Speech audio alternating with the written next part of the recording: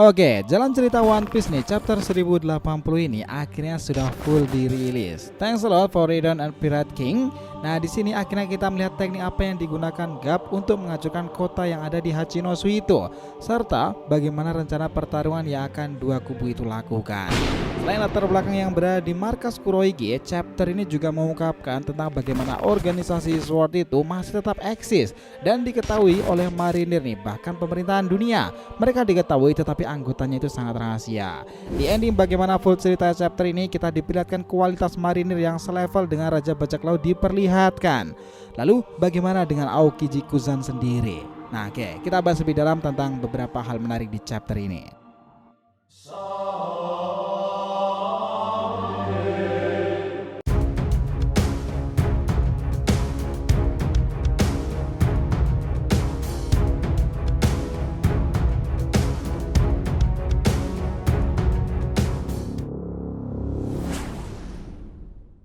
Yo nakama, DRTV Mediatif, welcome back again. Nah, kali ini kita akan ngebahas mengenai full jalan cerita One Piece chapter 1080. Oke, biar nggak salah persepsi silahkan simak sampai akhir ya. Jangan lupa like dan kasih respon di video kali ini. Kita lanjut. Nah, judul One Piece chapter ini di 1080 ini adalah Sang Pahlawan Legendaris. Di sini ada permintaan pembaca di bagian sampul. Yori dan Kawamatsu bermain dengan kertas origami.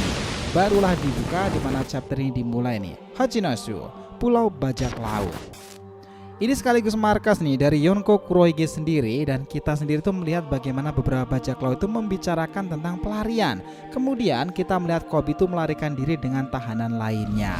Nah, dalam sebuah panel kilas balik itu kita bisa melihat bagaimana Perona itu menemukan Koby dalam sel itu. Perona kemudian mengatakan pada Koby bahwa ia akan membebaskannya hanya jika Koby membantunya nih membebaskan Moria yang dipenjara di sel yang lebih dalam lagi.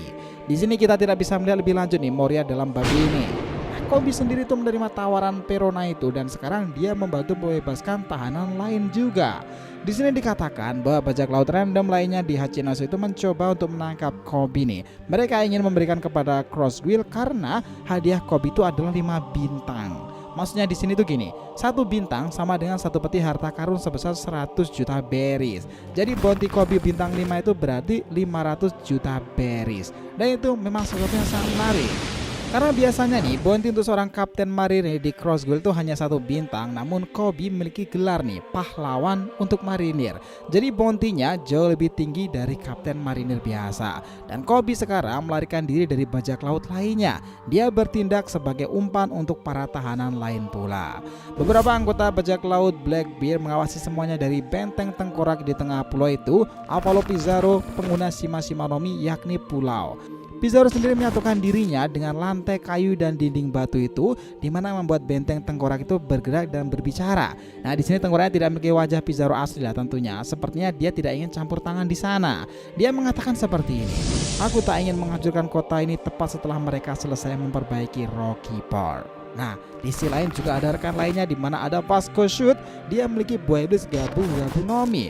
Nah, ini adalah minuman keras nih. Orang ini mampu menciptakan gelembung minuman keras dan terbang di atasnya. Dia mengatakan bahwa dia ini membakar kota.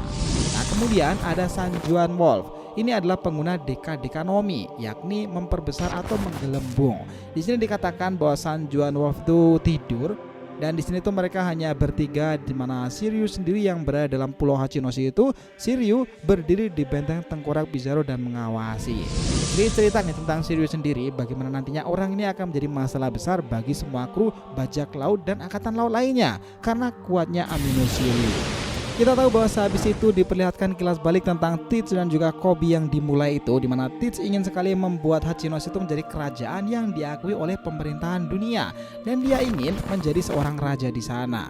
Karena itulah dia mencuri Koby untuk memeras pemerintahan dunia. Koby mengatakan kepada Teach bahwa mereka tidak dapat menggunakan dia untuk negosiasi karena dia adalah anggota Sword Army. Di sini pun Kuzan nih, Kuzan menambahkan untuk menjelaskan bahwa anggota Sword itu adalah marinir yang secara resmi mengundurkan diri dan mengembalikan kode mereka. Mereka dapat menyerang Yonko tanpa persetujuan dari pemerintahan dunia dan mereka tidak terikat pada rantai komando. Namun marinir tidak bertanggung jawab atas mereka dan dapat membubarkan mereka kapan saja. Nah, ini terlepas dari itu semuanya nih, ini Tetsu masih berpikir bahwa ia dapat menggunakan gelar pahlawan Koby untuk menekan pemerintahan dunia sendiri. Sepertinya di sini nih, kelanjutan memang SWORD itu bukanlah sebuah rahasia. Meski sebelumnya dikatakan bahwa organisasi ini bersifat remang-remang, tetapi sekarang sudah diketahui bahwa SWORD sendiri itu diketahui oleh Marine pusat sana dan juga World of Government, sepertinya begitu. Setelah itu kembali ke masa kini, di mana SWORD ini tiba-tiba menyerang Pulau Hachinosu. Sementara itu nih, beberapa anggota mereka diperkenalkan. Nah, ini menarik. Komandan Hibari, gadis yang muncul bersama Helmeppo meminta bantuan untuk menyelamatkan Koby di chapter 1061 kala itu.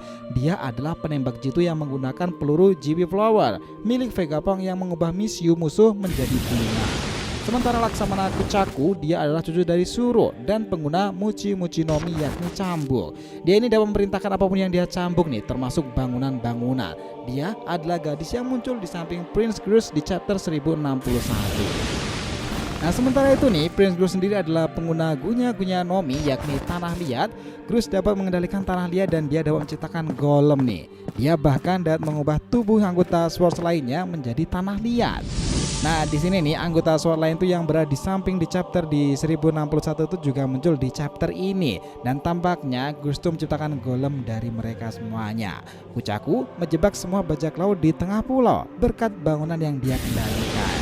Sementara itu, kapal Garp yang terbang itu nih di langit seperti Thousand Sunny saat menggunakan Garp the Burst. Helmeppo dan Tashigi juga bersama Garp di dalam kapal. Nah, di sini Garp akhirnya turun ke tengah pulau itu dan menggunakan pukulan besar yang disebut sebagai Galaxy Impact, yang berarti tumpukan tulang kepala tangan nih. Pukulan Garp itu menghancurkan seluruh kota. Nah, Garp kemudian berbicara seperti ini. Apa kau tahu siapa yang kalian culik itu? Koby adalah masa depan Marine dan murid kesayanganku. Ya, that's it. Informasinya selesai sampai di sini. Nah, tetapi kita ada tambahan lagi nih. Momen ini terbilang menarik nih karena saat ini usia Garp itu sebagai pahlawan angkatan laut ternyata terpaut sangat jauh nih dengan Kurohige sendiri. 78 tahun dia hidup dan penuh pengalaman menghadapi para bajak laut luar biasa ganas di masa lalu. Rox, Roger, Shirohige, Relic mungkin adalah nama-nama yang sudah Garp jumpai. Jadi kami pikir nih, teori-teori yang mengatakan jika inilah akhir dari petualangan Garp yang akan menimbulkan konflik besar bersejarah akan segera dimulai, bisa saja terjadi atau bahkan tidak. Ada kemungkinan Garp itu selamat, tetapi tak menutup kemungkinan Garp lah yang kalah, mengingat rekan yang ia bawa maupun usianya yang sudah tak muda lagi, meskipun dia adalah seorang monster pula. Dan ingat ya, sementara itu lawannya sendiri adalah para penjahat kelas kakap Impel Down sana yang akan dipimpin oleh Amino Shiryu. Nah, mungkinkah nih jika kamu itu malah akan tertangkap, hal ini akan menggerakkan 3 gelombang besar yang akan sangat marah dan mengincar kepala Kurohige lebih semangat lagi. Mereka adalah bajak laut Akagami, bajak laut Mugiwara, dan tentunya Revolutionary Army yang dipimpin oleh Dragon. Dan kita juga harus ingat nih, jika ada sesuatu yang benar-benar mengancam Garp, tentu teman lawannya itu juga tak akan tinggal diam. Ya, mantan Laksamana tertinggi Sengoku. Mungkinkah nih One Piece kedepannya akan tambah seru ketika Garp terjadi apa-apa? One Piece chapter ini memang banyak sekali memberikan kejutan baru. Gimana menurut kalian? So, itulah tadi nih pembahasan kita mengenai full jalan cerita One Piece chapter 1080. Thanks a lot guys telah menonton video ini, and we'll be come back again.